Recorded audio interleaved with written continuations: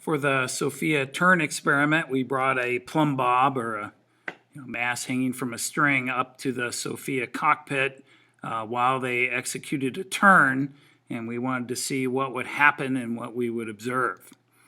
And so here we have the pilot who assisted us, and actually it was his idea to do this when he saw us doing our pendulum experiment. And so over here is the bank indicator, and this is the horizon, and if this white line is at an angle to the brown area which represents the ground, then the plane is banking, it's in a turn, so the plane is tilted. And so you can see it's not turning at this point, and so the pendulum is pretty much hanging straight up and down. There might be a little motion to it.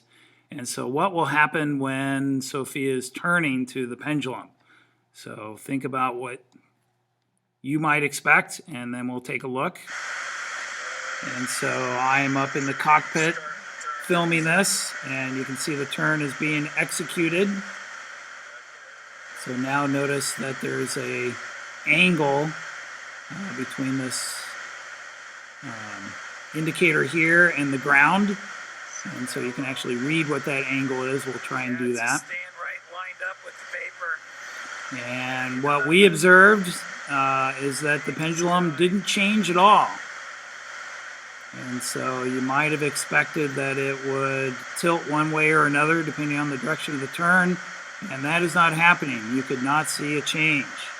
In a little bit here, the turn is going to end, and so this line here will be lined up with this, indicating that the turn is over.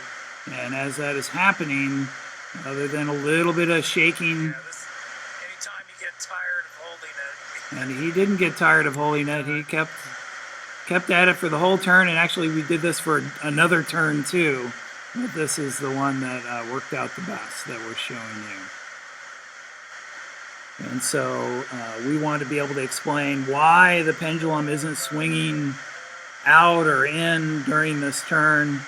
And if you're expecting this would behave like a car, that's probably indicating this isn't like a car, at least not normally. And so now the turn is over. You can see the controls went back. The co-pilot was executing the turn. And so let's see if we can explain this. And so first of all, we have to understand how a plane turns. And so a plane has a force called lift, and that's what keeps it from falling. And lift is directed perpendicular to the wings. And so when Sofia needs to turn, we need a force toward the center of the turn. And that would be a component of the lift. And so Sofia has to bank, and so it has to tilt the wings. And so you don't do that if you're in a turn in a car on a road that's level. Then you have friction pushed toward the center of the turn. But for a plane, it's a component of lift. If you're in a car in a bank turn, then the normal force works kind of like lift. And so what is making the pendulum turn? And so the pendulum is turning from a component of the tension. So there's a tension vector pulling up on the pendulum, and we need a component of that tension toward the center to make it turn. So it sure looks like the pendulum should tilt, or the plumb bob should tilt like it did in our pendulum experiment. But notice it oriented to the plane, it's not tilted. And so we're in the plane standing on the floor here, and so to our perspective, it stays the same as Sofia. And so it is tilted relative to somebody on the ground, but from our perspective in the cockpit, it always had the same angle that the lift vector has to the vertical. And so the mass is tilted to the ground, but not relative to the floor of Sofia. And so that would be a perspective of somebody on the ground. And so now there's a weight vector, and there's a tension vector, and there's a component of that tension vector toward the center of the turn. And so it is the same as the angle of the bank. Well, let's see if we can use this idea to calculate something kind of cool. Let's see if we can figure out what the radius of the turn is. So when Sofia is turning, what's the distance from the plane to the center of an arc describing the circular path it might be in at any given point. And so this is a zoomed in picture of the bank indicator. And so we said that the angle between this line and the brown representing the ground was the angle of the bank. This is pretty fuzzy.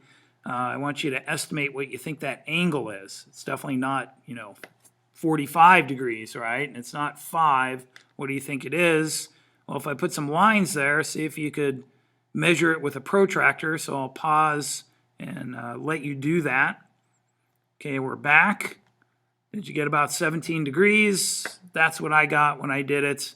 If you didn't have the lines there, you might get something slightly different, but that's a reasonable number. It looks like around 15 or 20 degrees. And so let's see if we can figure out the radius of the circle that's Sofia's turning it. So we know the bank angle, 17 degrees.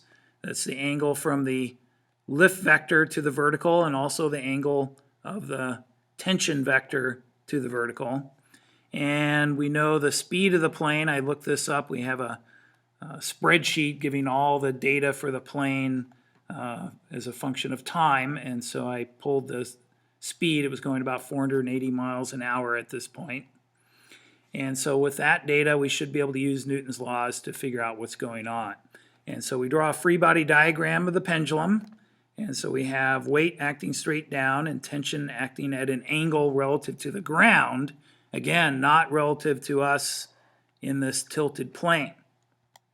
And we indicate our coordinate system. So I'm going to put the positive x direction in the direction of all the acceleration. The acceleration is horizontal. We're ignoring any vertical motion, which actually can happen when a plane turns, but because the lift in the vertical direction can change some, but we're going to assume it's doing a horizontal circle. And so there's no acceleration in the y direction. So some of the forces in the y direction are 0, so we get t cosine theta positive. That would be this component minus mg equals 0. Then in the x direction, some of the forces equals ma, and this is a special acceleration called a centripetal acceleration, and it's due to the changing direction of the velocity. We'll assume the speed is constant, which is, again, an assumption. It would change a little bit, but not very much in this case. And so the centripetal acceleration is given by this equation, the speed squared over the radius, and that's our unknown, the radius. And so we can substitute that in for the acceleration. And then what is the x force? Well, there's only a component of the tension here. And it's opposite theta, so that's going to be t sine theta. And so that equals ma when a is v squared over r. And so now we have two equations and two unknowns. We don't know r and we don't know tension. But we can take this equation and solve it for tension, and then we can substitute that into here. Very similar to what we did on the balloon experiment, if you looked at that one.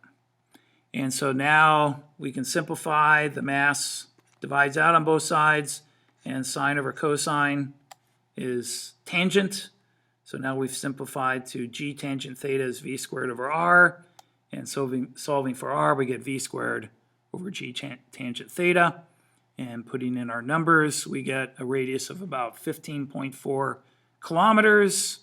And if you then take that and put that into the acceleration equation, this is kilometers, so that's 15,428 meters if you do the math here. And so you get 0.31 g, and so you can feel that acceleration. It's not really big.